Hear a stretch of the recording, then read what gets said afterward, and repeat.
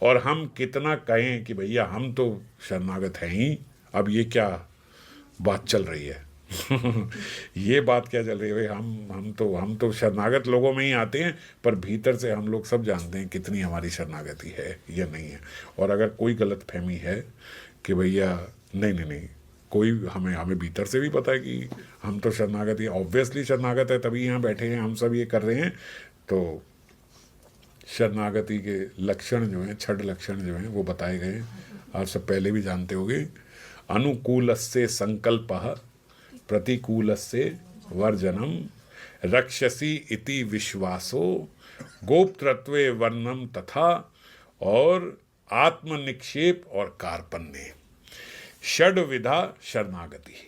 ये 6 शरणागति के स्तंभ हैं, ये होने चाहिए हमारे भीतर, है ना। अगर ये 6 गुण हैं हमारे अंदर तो हम शरणागत हैं। सबसे पहला क्या है, अनुकूलस्य, जो भगवान के अनुकूलस्य हो, जो अनुकूल हो उसका संकल्प करें। अनुकूलस्य संकल्पः, हम केवल वो ही कार्य करेंगे जो भगवान को प्रिय हो। और प्रतिकूलस्य वर्जनम, ऐसा कोई कार्य नहीं करेंगे जो भगवान को अच्छा ना लगे, जो हमारे गुरु को, गुरुजनों को अच्छा ना लगे, हम ऐसा कोई कार्य नहीं करेंगे। और कौन से कार्य करेंगे, मैं संकल्प लेता हूं, अनुकूलस्य संकल्पः, मैं संकल्प लेता हूं कि जो कार्य आपके अनुकूल है, जो कार्य आपकी भक्ति के, भजन के, प्रीति के अनुकूल है, मैं केवल वही कार्य करूंगा। ऐसा व्यक्ति जो अपनी इंद्रियों में रत है, अपनी इंद्रिय तृप्ति करते हुए भगवान की जो शास्त्र विदित बातें हैं, उन शास्त्र विदित बातों से उल्टा चल रहा है और अपने आप को कहे कि मैं शरणागत हूं, तो ये महाराज पहला गुण ही उसके अंदर मैच नहीं करता। जैसे 32 गुण मैच करने चाहिए ना लड़का लड़की के बीच में, बोले ऐसे ही भगवान गुरु और शिष्य के बीच में 6 गुण मैच करने चाहिए। तो पहला गुण ही फेल हो जाता है, अनुकूलस्य संकल्पः, आप वहीं फेल हो गए। आपका अनुकूलस्य संकल्प है ही नहीं, आप शास्त्र विदित कार्य नहीं कर रहे, शास्त्र विरुद्ध कार्य कर रहे हो। तो ज्यों ही शास्त्र विरुद्ध कार्य करे, ये खत्म हो गया। प्रतिकूलस्य वर्जनम, और ये पक्के से कसम खा लूं कि भैया कोई काम जो आपके लिए प्रीतिपूर्वक ना हो, जो आपके प्रीतियार्थ ना हो, जो आपने शास्त्रों में मना कर रखी हो, मैं वो नहीं करूंगा। बात एक ही है, तब भी 2 गुणों में बोली गई है। पहला जो अनुकूल है वो ही करूंगा, और जो प्रतिकूल है वो नहीं करूंगा, ताकि आदमी ये ना हो थोड़ा वो कर ले और कहे अनुकूल वाले भी तो सारे कर ही रहा हूं। अगर ऐसा कर रहा हूं तो माला भी तो कर ही रहा हूं, भजन तो सारे कर ही रहा हूं। आपने बोले जितने नियम उतने नियम, बाकी तो मेरे दिन के सारे हो ही रहे हैं, अब थोड़ा तो ये कर सकता हूं। इसीलिए प्रतिकूलस्य वर्जनम, वो नहीं करना है और ये करना है, दोनों बातें आ गई। फिर रक्षसी इति विश्वासो, पूर्ण रूप से विश्वास होना चाहिए कि भगवान मेरी रक्षा कर रहे हैं। जब पहली 2 बातें आपने मान ली तो तीसरी बात जो है ये मान लो, तो ये हो जाती है। रक्षसी इति विश्वासो, भगवान आपकी, गर्भ में कौन है जो हमारी रक्षा कर रहा है, कौन है, केवल श्री हरि हैं जिन्होंने हमारी रक्षा करी है। और वही हैं जो हमारे इस शरीर के उपरांत भी हमारी रक्षा करेंगे। कौन है जो हमें वहां नहीं लेके जाएगा, कौन है जो हमें इन नरकों के द्वारों से बचा लेगा, रक्षसी इति विश्वासो, आप ही हो। वो महात्मा थे ना ये करपात्री जी, करपात्री जी को एक समय सरकार ने बोला था आप सिक्योरिटी ले लो, बंदूक वाले आपके साथ रहेंगे, कुछ उनको धमकियां वगैरह ये सब आ रही थी, वो सब थी, तो सिक्योरिटी उनको अलॉट कर दी थी गवर्नमेंट ने करपात्री जी को। बहुत बड़े संत महात्मा थे, तो गौ रक्षक थे, ये सब थे, तो बड़े विरोधी लोग आ जाते थे कि भाई इनको मार देंगे, ये कर देंगे। तो उनको सुरक्षा जब दी जा रही थी तो उन्होंने मना कर दी कि नहीं लूंगा मैं। बोले नहीं, सरकारी तरफ से आपको फ्री है। बोले कुछ भी हो, आप फ्री दे रहे हो भैया, मेरा ये रक्षसी इति विश्वासो टूट जाएगा। मेरी रक्षा करने के लिए ठाकुर जी हैं, जब तक मेरा जीवन है वो मेरी रक्षा करेंगे, आप चिंता मत करो, मुझे ये आपके नहीं चाहिए ये सब।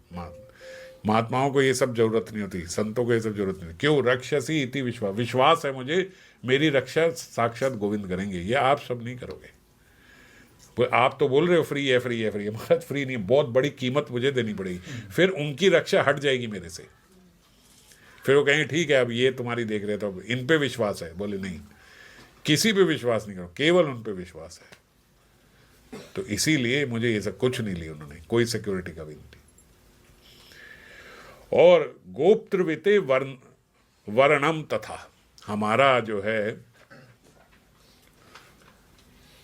भगवान के प्रति हमारी एक ऐसी श्रद्धा हो कि हम इनके हैं, इन्होंने हमें अपना लिया है, गोपत्रवृते, इन्होंने हमें जो है धारण कर लिया है, इन्होंने हमें अपना लिया है और हम पूर्ण रूप से इन्हीं के हैं।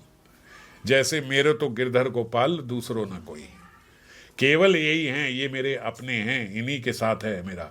और बोले कैसा इनका, एक महात्मा ने एक बार बोला था, बड़ी अच्छी बात बोली थी कि बोले हमारा कैसा भगवान के साथ संबंध होना चाहिए। बोले ऐसा जैसे एक नई नई लड़की का जब विवाह तय होता है ना, तो उसका उस समय सारा ध्यान हमेशा अपने होने वाले पति पे ही रहता है, तो ऐसा उस कन्या का जैसा अपने पति में ध्यान रहता है। उस कन्या को उस समय जितना विश्वास होता है कि भाई यही है मेरा, उस समय एकदम इतनी इंस्टेंट प्रीति हो जाती है कि बस यही है, ये देख लेंगे, ये कर लेंगे, उनकी कोई बात करे तो अच्छा लग रहा है, उन्हीं से हम बात कर रहे हैं तो अच्छा लग रहा है, दूसरे से भी करे तो वो उन्हीं की बात करे, उधर उधर की बात कर रहे तो हमें अच्छा नहीं लग रहा। तो बोले वो कन्या का उस समय जैसा ध्यान हो जाता है अपने होने वाले पति में, ऐसा ध्यान हमारा भगवान में हो जाए। थोड़े से पीरियड की बात करिए, शादी होने के बाद नहीं बोला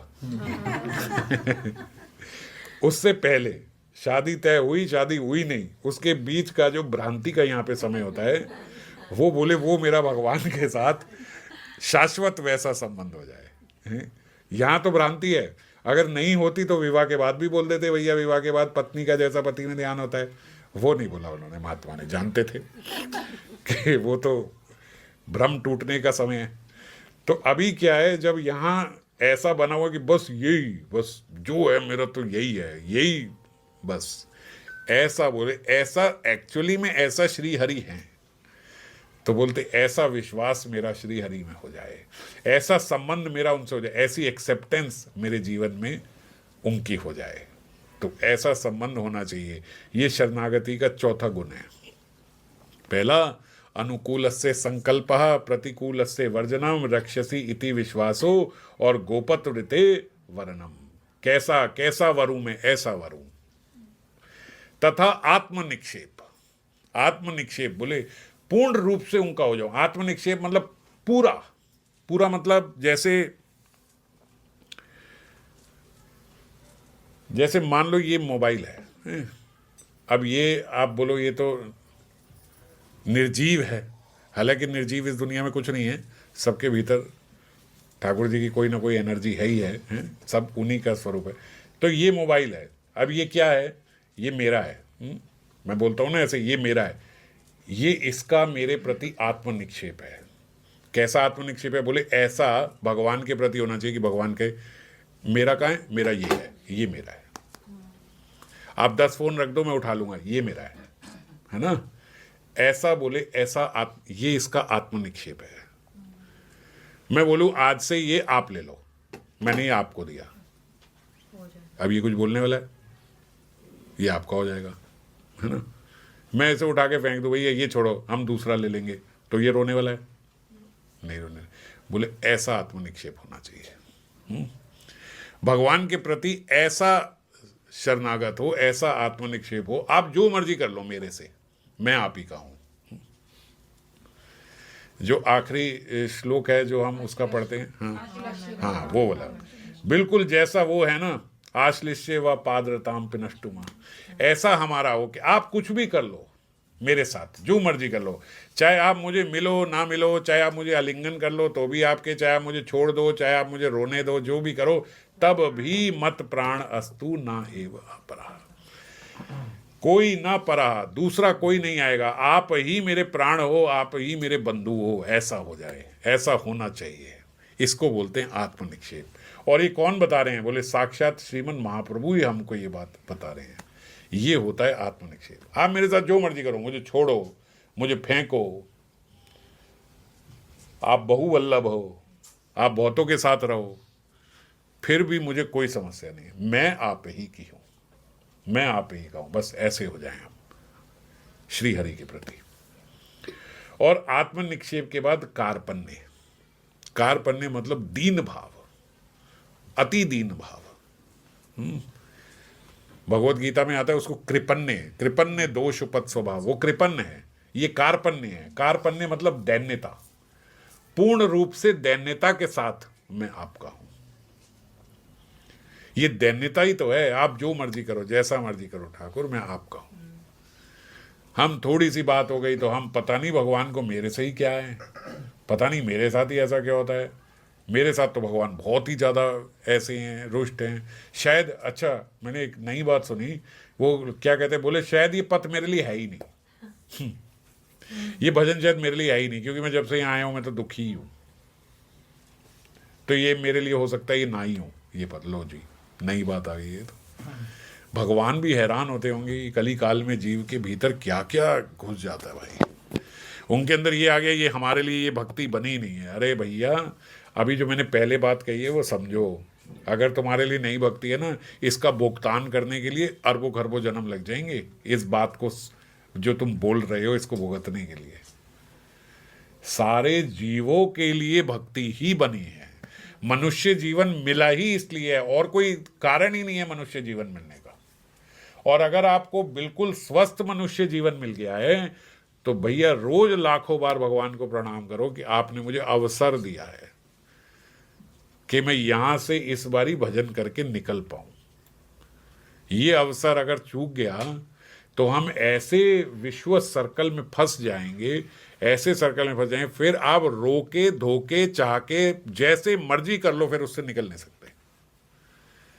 कौन सा पता नहीं हमसे ऐसा कर्म बन गया कि हम उस चक्कर से निकल गए।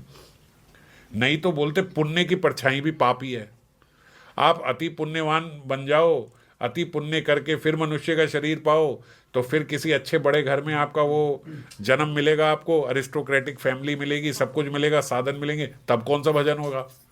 तब और बहुलता से पाप करोगे। गरीब आदमी थोड़ा कम पाप करता है, उसके पास साधन नहीं है। अमीर आदमी के पास तो बहुत साधन है पाप करने के लिए, और फिर पाप करके फंस गए तो फिर तो पता नहीं न जाने कौन सा ऐसा कर्म हमसे हो गया कि हम लोगों को ये भजन साधन मिल गया।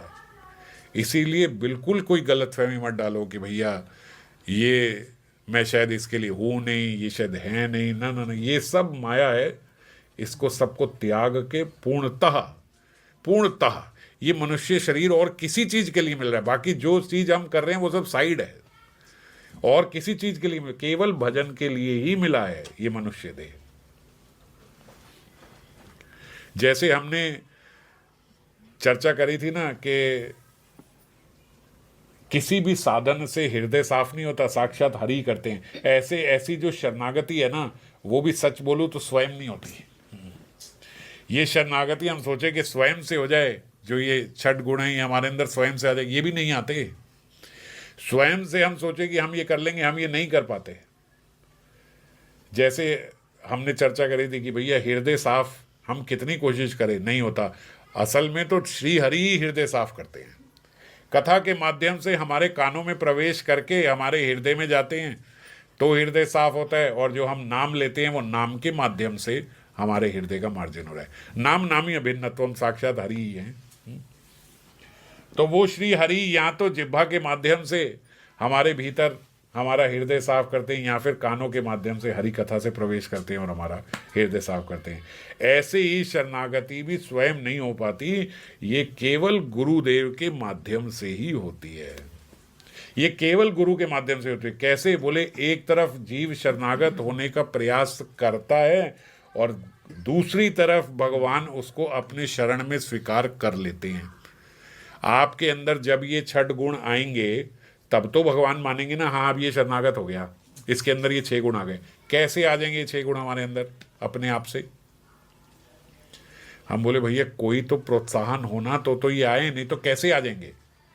कैसे मैं बैठे बैठे ये सब सोच लूं कि मैं ये ऐसा शरणागत हो जाऊंगा, और फिर भगवान तो कहेंगे भाई ऐसी शरणागति है, अब ये मेरे शरणागत हो गया, अब मैं इसका ध्यान रखूंगा। पर ये यहां से वहां तक जाएंगे कैसे? तो ये जा कैसे सकते हैं? बोले केवल गुरु के माध्यम से ही जा सकते हो, क्योंकि यहाँ पे शरणागति पूर्ण करनी नहीं पड़ती। गुरुदेव ने हमें इंट्रोड्यूस करा दिया कि ये है, ये आपके शरणागत होना चाहता है। जो गुरु बीच में आए तो गुरु के माध्यम से ये आपके शरणागत होना चाहता है, बस ठाकुर जी ने वहीं अपना अच्छा ठीक है ये मेरे शरणागत है। अभी हुआ नहीं है, अभी हम लोग कहाँ हुए हैं, ऐसी शरणागति कहाँ आई है हमारे भीतर? पर जुड़ कैसे गए, कैसे इस श्रेणी में आ गए कि हमें ये गलतफहमी भी हो गई कि हम तो शरणागत हैं ही, ऐसी गलतफहमी भी हो गई। इस श्रेणी में कैसे पहुंच गए हम?